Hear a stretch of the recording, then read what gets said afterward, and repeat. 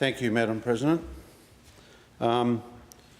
Yes, the motion I'd like to move today is regarding Aboriginal affairs. That this House, the extent of which the government programs and funding intending to assist Aboriginal people in the areas of education, training, employment and health have been successful in addressing disadvantage, and two, other approaches that may be more effectively,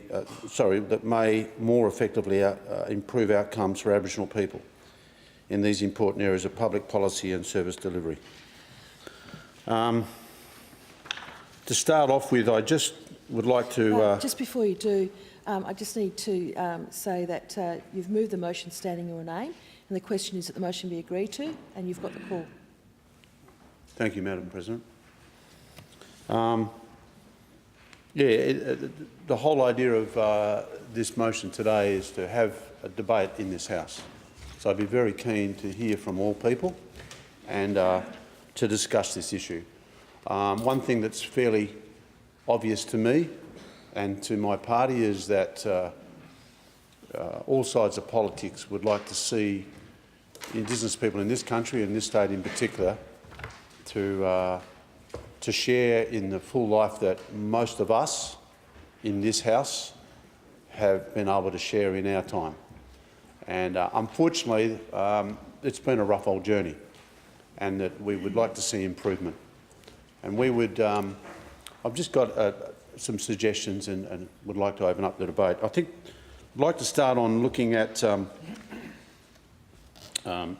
would like to inquire into on reports on all circumstances surrounding the effectiveness of government programs, Aboriginal programs, and in particular in Aboriginal health, education, training and employment.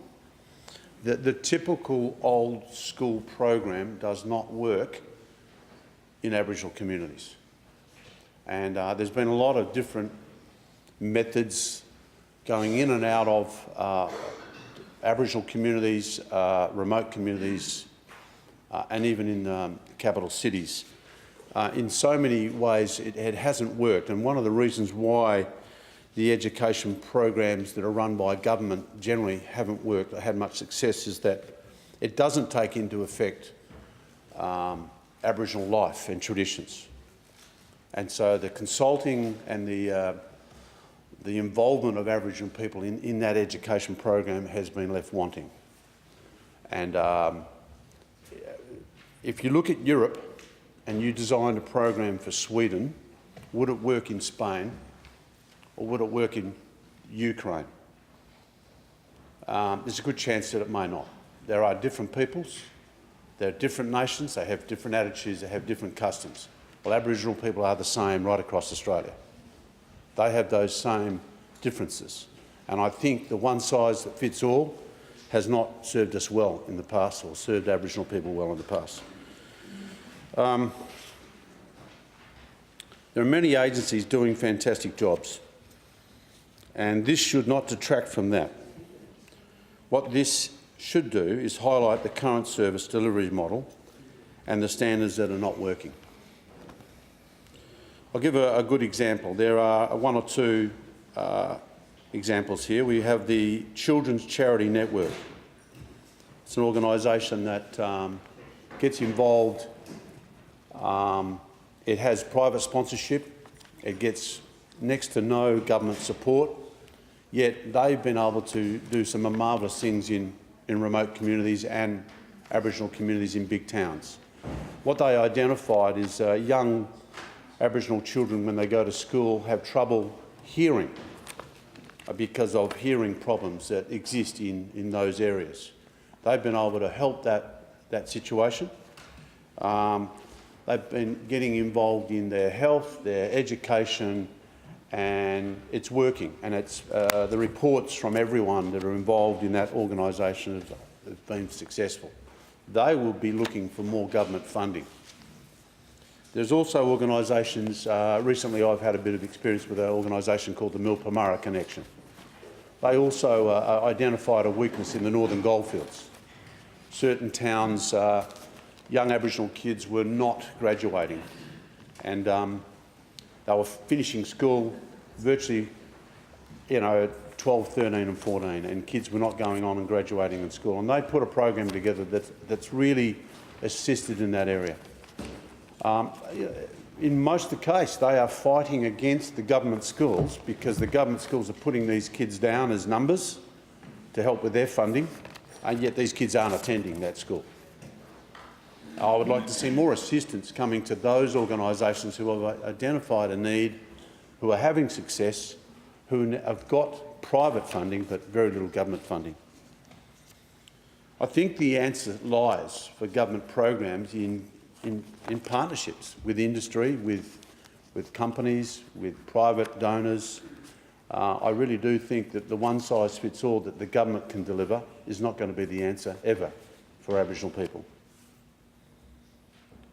There is youth truancy program in Bourke over in New South Wales.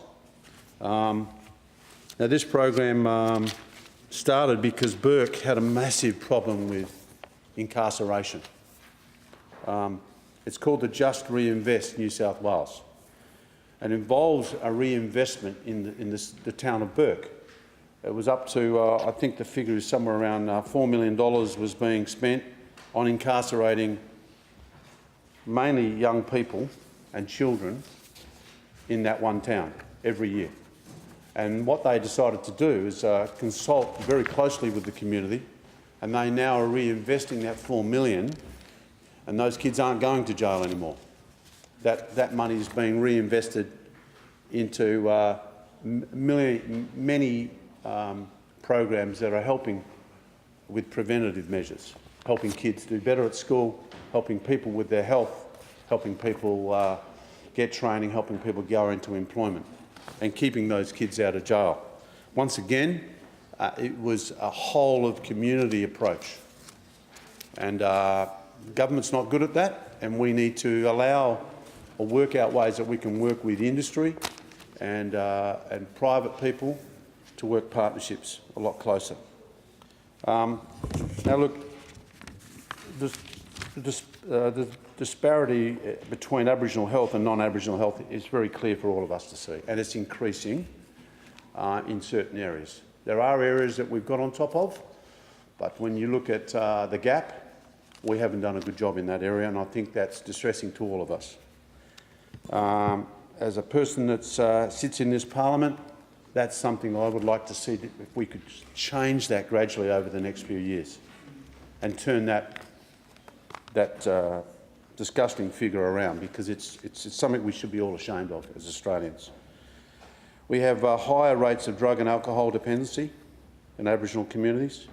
We have increasing rates of Aboriginal suicide in regional areas, in particular places like Leonora in the Northern Goldfields, where we have had up to 6 suicide-related incidents in the last 18 months, which even outstrips the much publicised stats that we've heard from the Kimberley recently. Now that's not a situation that any of us can tolerate. So youth suicide and suicide in general in Aboriginal communities is going through the roof. It is not just a case of people being affected by drugs and alcohol. It is a case of these people do not see a future. It's not a case of just drugs and alcohol. It's not as simple as that. These people do not see a future for themselves, so they're ending their life prematurely. Recently we had a young lady called Brianna Taylor who recently won the Goldfields Girl, which is an Aboriginal modelling contest on her speech, which was dedicated to suicide prevention. There's a great example of a young lady that we should be using as a model and be talking and enhance those programs. Yet you see these things pop up and then they're forgotten. Government needs to embrace these sorts of initiatives and use these people as the role models that we need. We see the football role models and we see a few others, but there's not enough in these areas of education, suicide prevention, and we should be taking up from that. My observation is that there are more suicide prevention seminars than there are programs. So we're certainly talking about it, but we need programs. In the instance of Leonora, they do not even have a suicide prevention professional in that town. Yet, for the last 18 months, 2 years, it's been one of the hot spots for suicide. I'm moving along.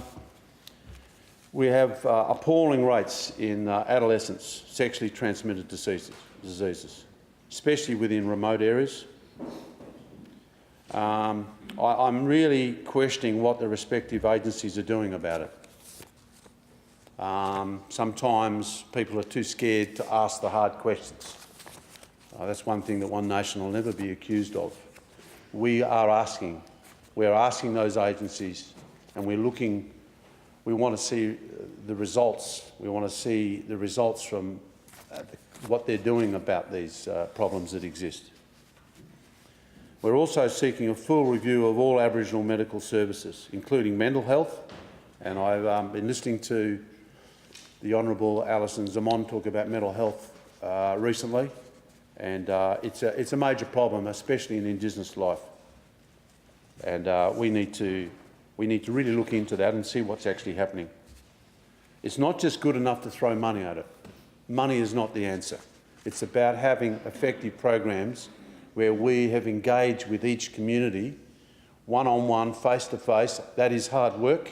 We need to put those resources into that hard work of engagement. When we have proper engagement with those communities, the programs work and the results are that much better because we have buy-in from that community. And not enough of that is happening. Now, we have the previous Minister of Indigenous Affairs in this House, and I'd be very interested to hear what he has to say about this because, from all accounts, he was a very good Minister in Aboriginal Affairs, and I'd be very interested in what he'd say because it is hard. The state government only has so much control. A lot of these programs are funded by the federal government, but I need the state government to take a leadership and to be the instigator of encouraging change and saying to the federal government, well, we're not going to keep going down that direction, it's not working.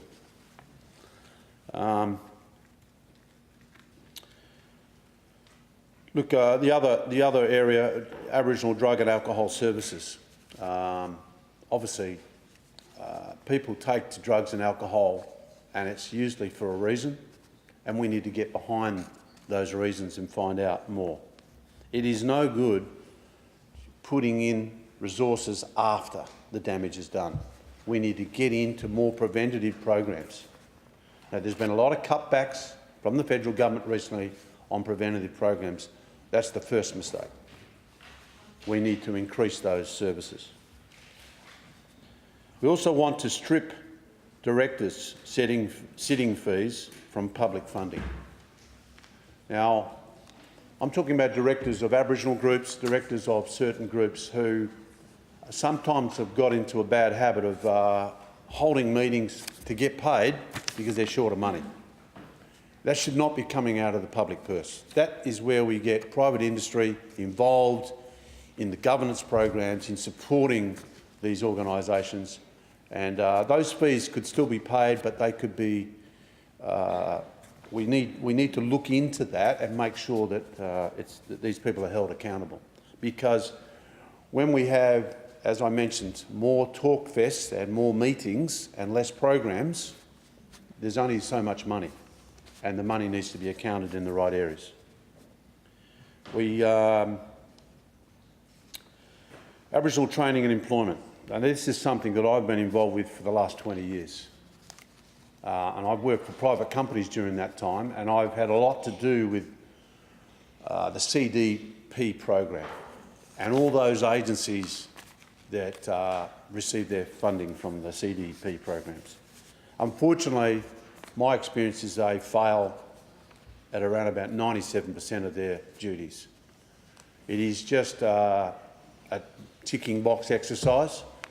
Number one, the people that work in those agencies do not have the skills to even engage in the communities. And if they did that first responsibility, they'd have a lot more success. For them, they're running around trying to find people to work for the dole. The Work for the Dole program is a complete failure.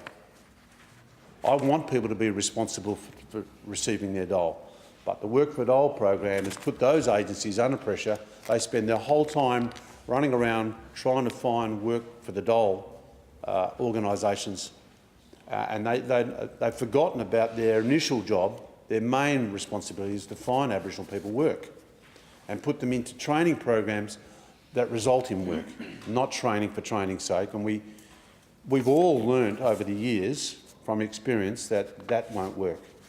We need to find those positions in industry and in government and then train the people to fit that spot. Training for training's sake will not work. So I'm calling for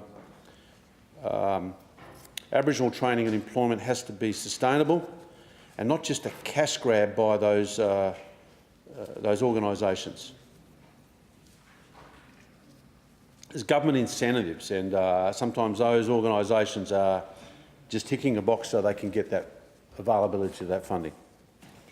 The other one is we require an inquiry into Aboriginal training and employment initiatives and other entities that operate under a similar Aboriginal employment program model, and review the training and employment placements, payments to these entities.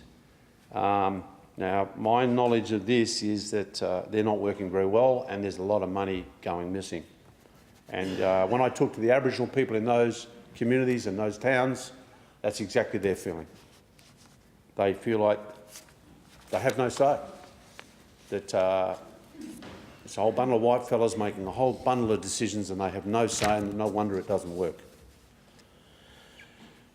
Aboriginal programs shouldn't be dictated programs. They should be community-led programs and have community buy-in. And if the community isn't buying in, then it won't work. Then don't do it. Don't spend the money, because you'll be saying, well, we're spending all this money, we're putting all this money in and it should be working. Well, if you can't get community buy-in, then you need to look and change and alter.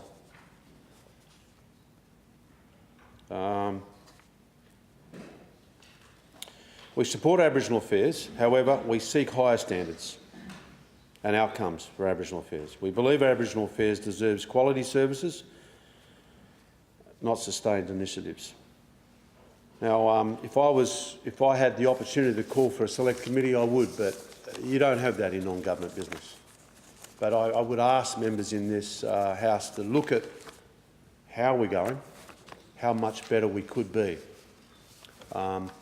Now, in the 3 minutes that I have remaining, I just want to give you, I have some news reports here. I mentioned before the high suicide rates up in the Kimberleys. It's been reported a lot lately, and there's talk of an inquest. We know what the problems are, and it's not just drug and alcohol. These people don't have a future. There are no jobs. There is nothing to keep the youth busy. We're not talking about kids that have got great role models in their own families. So they come from a different background that maybe we're all used to. So we have to apply a different model that works for those kids.